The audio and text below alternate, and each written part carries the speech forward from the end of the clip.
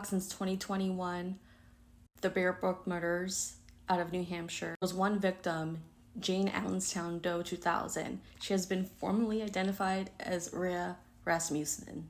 But first, let me give you some background. A man by the name of Terry Rasmussen is connected to various murders from the 20th century. In 1985, a barrel was discovered in the woods of New Hampshire that contained two very decomposed bodies of females. One, this adult female, and this girl in the bottom.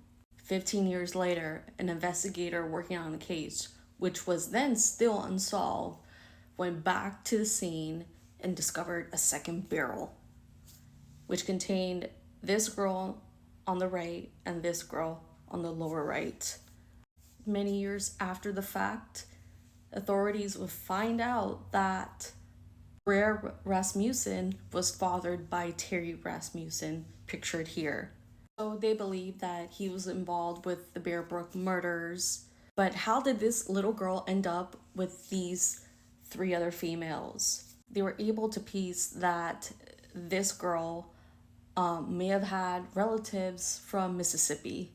Not long after the fact, investigators identified the three females, Mary Lee's Honeychurch, and her two daughters, Marie and Sarah.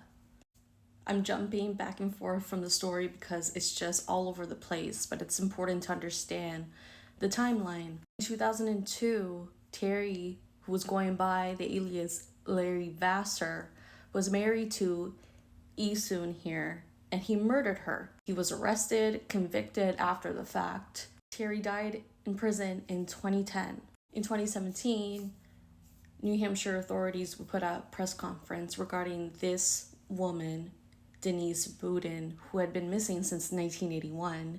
According to her family, she introduced Terry, who was going by an alias at the time, Bob Evans. Denise was a new mother to a baby girl. Not long after, she and her daughter would go missing.